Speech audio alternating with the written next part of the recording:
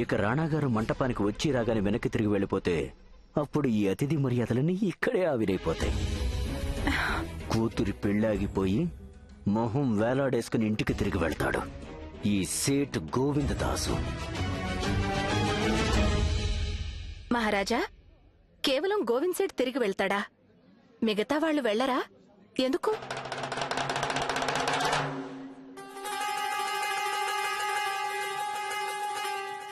నా తలరాత.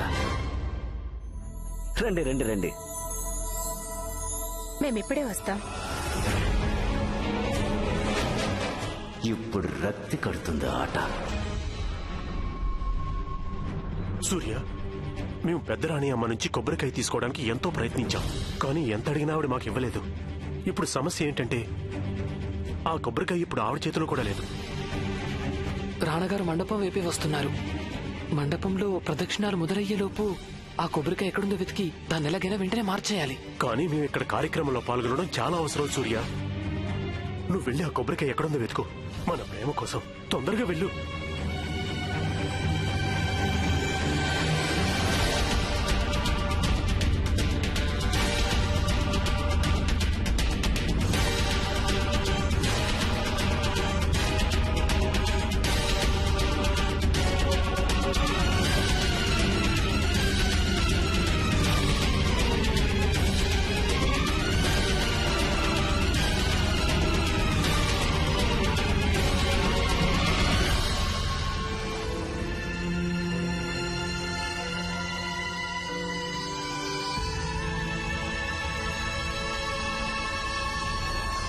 పెద్ద కోడలా, మీరు రాణాగారిని దగ్గరుండి మరీ తీసుకువెళ్తున్నారు, కానీ వారికి దిష్టి తీశారా లేదా?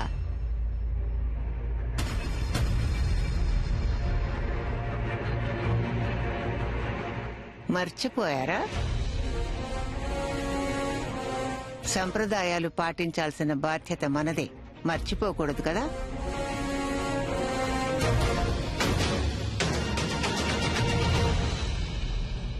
మమ్మల్ని క్షమించండి పెదరాణి అమ్మ. పురాతన వస్తువుల మీద తప్పక తుప్పు చేరుతుంది. కొంతకాలం అయ్యాక వాటిని పట్టించుకోకపోవడమే మంచిది. మీరు సంప్రదాయాన్ని పాటించాలనుకుంటే తప్పక పాటించండి. ఎంతైనా అవి మీ కాలం వేడుకలు కదా.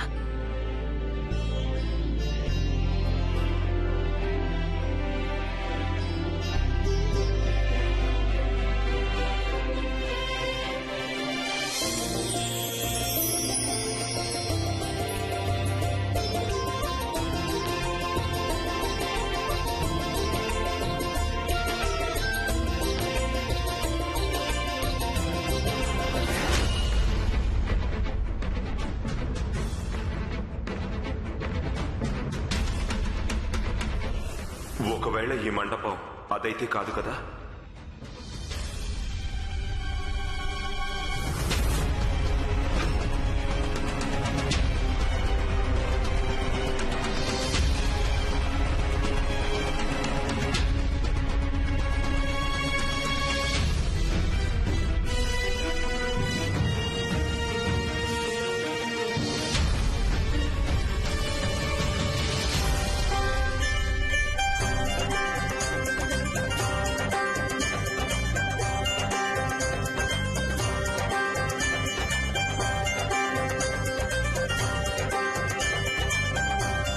దీన్ని తీసుకువెళ్లి నీటిలో నిమజ్జనం చెయ్యి.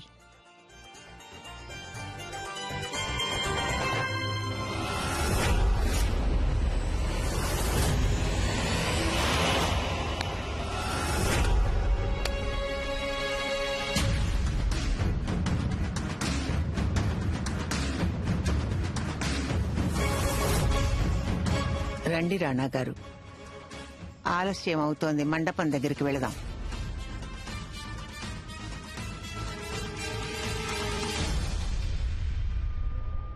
ఈ మండపం ఆ మండపమే కాదు కదా?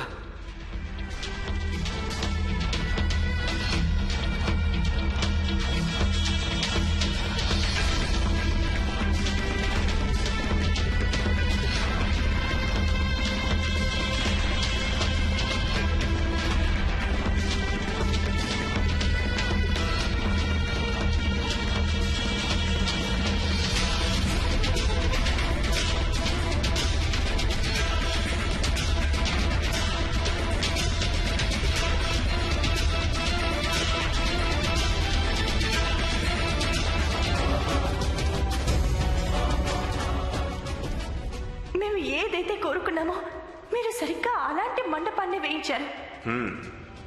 ఓ కమలం లాంటిది.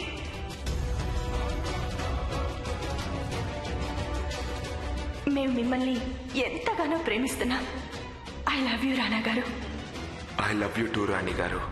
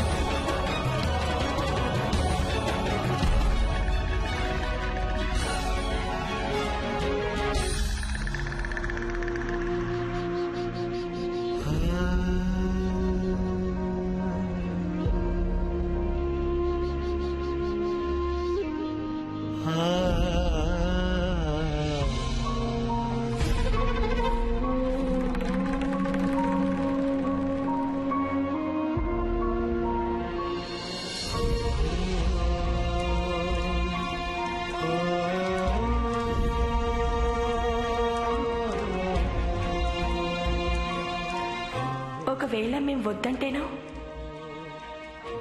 ఆమీర్ కోట్ రాణా గారు ఏం చేస్తారు?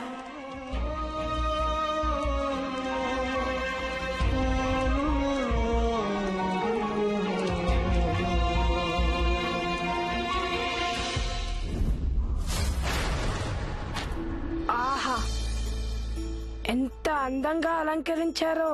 ఈ పూలు కూడా భలే బాగున్నాయి. నిజంగా ఈ రోజు ఆ రాణా గారు అచ్చం శ్రీరామచంద్రమూర్తిలాగా తయారై ఉంటారు. రాణా గారు,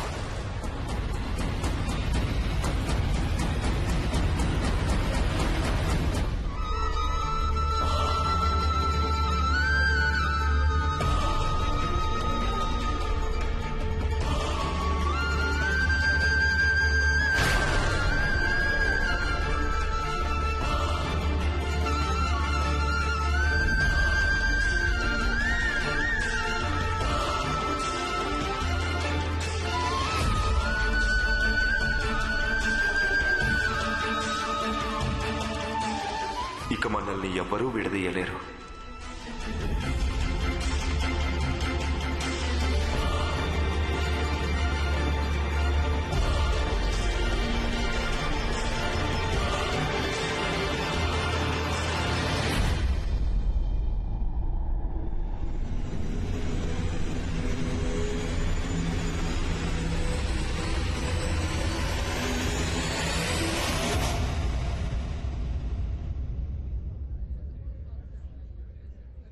ఎవరు చేశారిదంతా?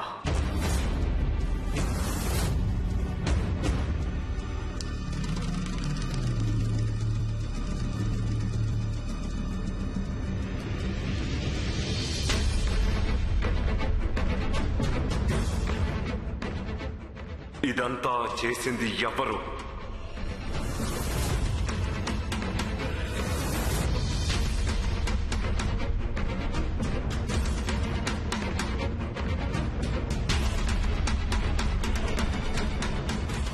ఎవరు చేశారు ఈ పనికి మాలిన పరిహాసం?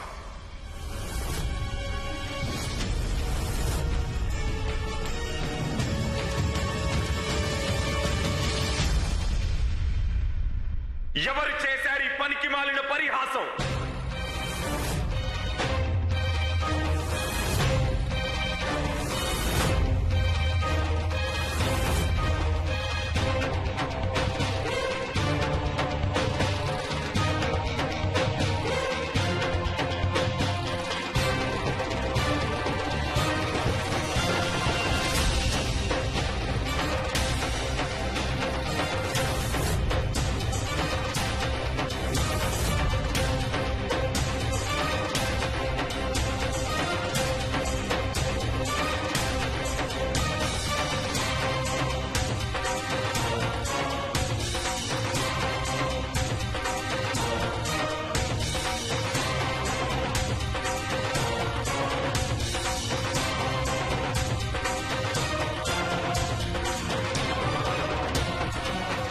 రాణా గారు,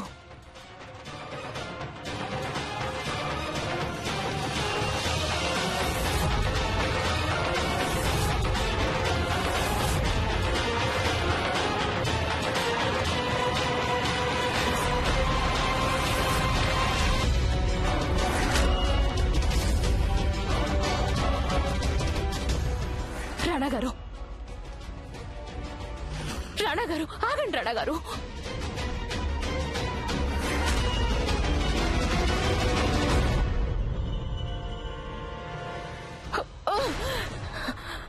మీరు వివాహానికి సరే అన్నారు, వాగ్దానం కూడా చేశారు. ఒక రాజపుత్రుడు జీవితాన్నే త్యజించవచ్చు కానీ తన వాగ్దానాన్ని కాదు. వాగ్దానం చేసింది మీరు రాజమాత, మేము చేయలేదు. మీరు చేసినా మేము చేసినా అది వాగ్దానమే రాణాగారు. గాలి ఎంత బలంగా వీచినా సరే అది పర్వతాలని వాటి స్థానం నుంచి కదల్చలేదు. కానీ ఈ రోజు సరిగ్గా అలాగే జరుగుతుంది. ఈ రోజు ఈ పర్వతం తన స్థానం నుంచి కదిలిపోయింది రాజమాత. ఇక మీరు ఎంత కోరుకున్నా దాన్ని ఆపలేరు. మేము మిమ్మల్ని క్షమించమని అడుగుతున్నాం, కానీ మేము ఆ మండపానికి తిరిగి రాలేము. ఇక మేము ఇంతకన్నా భరించలేము రాజమాత. మీరు తిరిగి రాక తప్పదు రాణాగారు.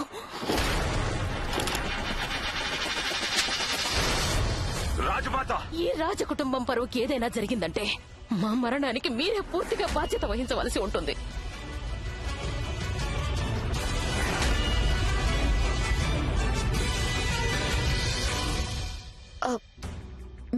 మీరేం కంగారు పడకండి. రాణా గారికి ఎందులోనైనా సరే చిన్న లోపం జరిగినా అస్సలు నచ్చదు. ఖచ్చితంగా మండపం ఏర్పాట్లలో ఏదో లోపం జరుగుంటుంది. అందుకే కొంచెం కోపం వచ్చుంటుంది. వచ్చేస్తారులేండి. కానీ అసలు మా రాజపుత్రుల కోపం గురించి చెప్పలేం. ఓ పట్టాన తగ్గదు. భగవంతుడు దయతలచి వారి కోపం త్వరగా తగ్గిపోవాలి. లేకపోతే పాపం మీరంతా ఏమైపోతారు? మీరీ పెళ్లికి నిరాకరిస్తే ఈ రాజ్యము మిగలదు, ఈ సింహాసనం కూడా మిగలదు రాణాగారు. రాజమాత అంతటి ఘోరం చూసి బ్రతకలేరు. మేము కిరీటం ధరించే బ్రతికాం. మా ప్రాణం కంటే ఎక్కువైన కిరీటం ధరించే తనువు కూడా లేదు రాణాగారు. ఎందుకు ఎందుకు ఒక చిన్న పొరపాటుకు ఇంత పెద్ద శిక్ష వేస్తారా రాణాగారు? ఈ రాజమాత తన ప్రాణాలనైనా ఇస్తారు గాని ఈ రాజకుటుంబం ఈ విధంగా అప్రతిష్ట పాలవడం మాత్రం చూడలేరు. సరే రాజమాత,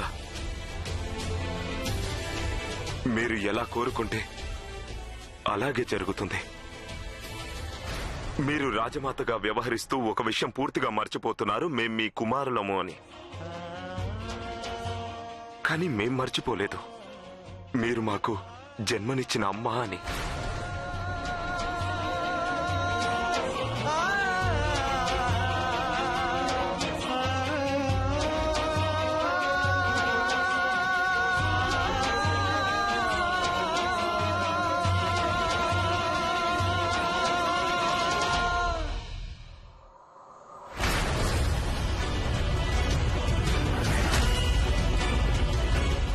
అరే గాయత్రి,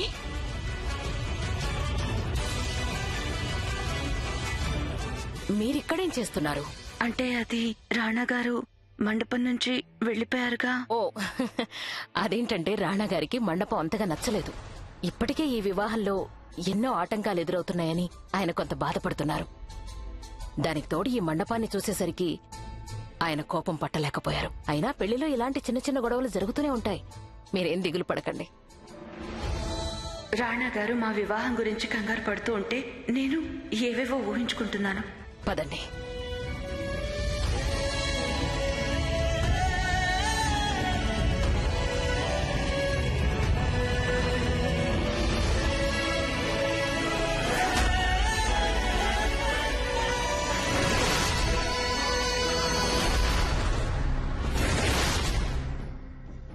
సూర్యకి ఆ బాంబున్న కొబ్బరికాయ త్వరగా దొరికితే బావుండు.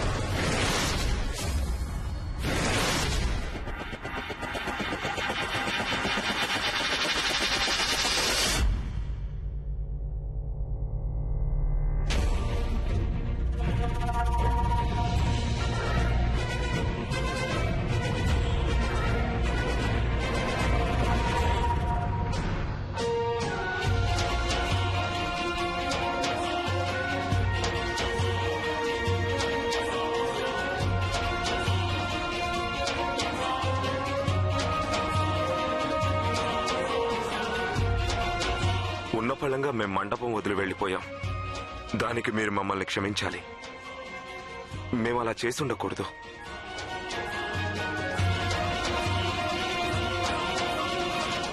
మేం వేసిన ఎత్తులన్నీ చిత్తవుతున్నాయి. ఇంకేదైనా కొత్త ఎత్తు ఆలోచించాల్సి ఉంటుంది. తరువాతి కార్యక్రమం మొదలు పెడదామా?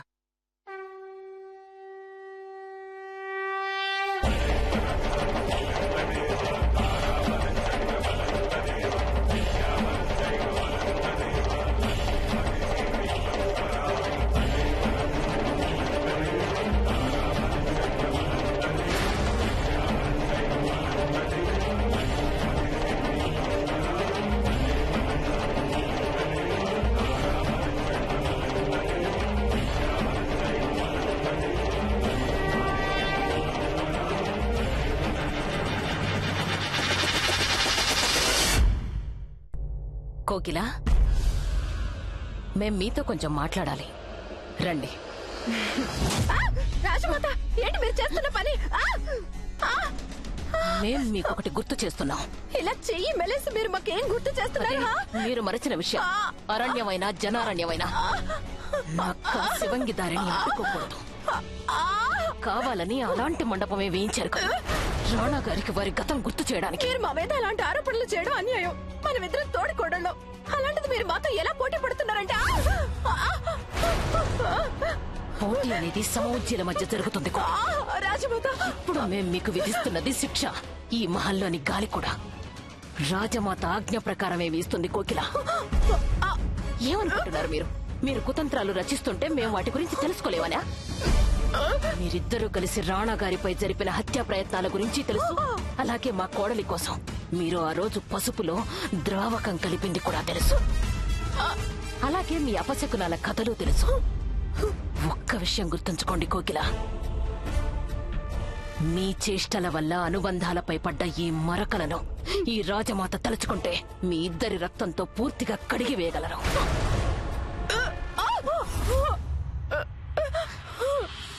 అర్థమైంది కదా చిన్నరాణి గారు? మీకు రాజమాత చెప్పినవన్నీ చాలా బాగా అర్థమయ్యాయి కదా? ఒకవేళ అర్థం కాకపోతే అర్థమయ్యేలా చెప్పడానికి మా దగ్గర చాలా పద్ధతులున్నాయి.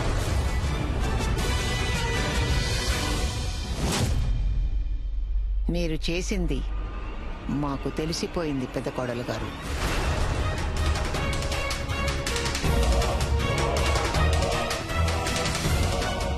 బెదిరించి మభ్యపెట్టి మీరు రాణా గారిని తిరిగి మండపానికి వచ్చేలా చేశారు. మీరు చేసిన ఈ కుట్ర అందరి నుంచి దాచి ఉంచవచ్చు, కానీ మా నుంచి మాత్రం కాదు. దాచడానికి ఏముందిలేండి పెదరాణి అమ్మ. దేన్నైతే మీరు కుట్ర అంటున్నారో దాన్ని రాజమాత రాజనీతి అంటారు.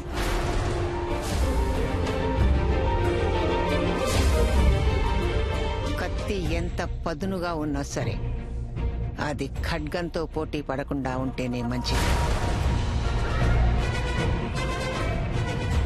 ఈ పందెంలో మీరు నెగ్గగలనని అనుకుంటున్నారా?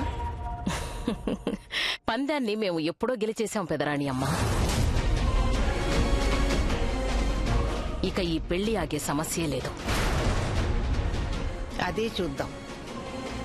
మీరు అసత్యంతో ఈ బంధాన్ని ముడివేశారు. దాన్ని మేము సత్యం అనే ఆయుధంతో విడదీస్తాం. వెంటనే వెళ్లి గాయత్రికి అసలు నిజాన్ని చెప్పేస్తాం. ఇది పెళ్లి కాదు, ఒక ఒప్పందం అని. అప్పుడు చూద్దాం ఈ వివాహం ఎలా జరుగుతుందో. వెళ్ళండి. కానీ వెళ్లే ముందు మీరు ప్రతి అడుగుని ఆచితూచి వెయ్యండి పెదరాణి అమ్మ. ఎందుకంటే మా ఆశయాలకి వ్యతిరేకంగా మీరు ఎన్ని అడుగులు ముందుకు వేస్తారో అంతకంటే ఎక్కువ నిజాల్ని మేము బయట పెడతాం.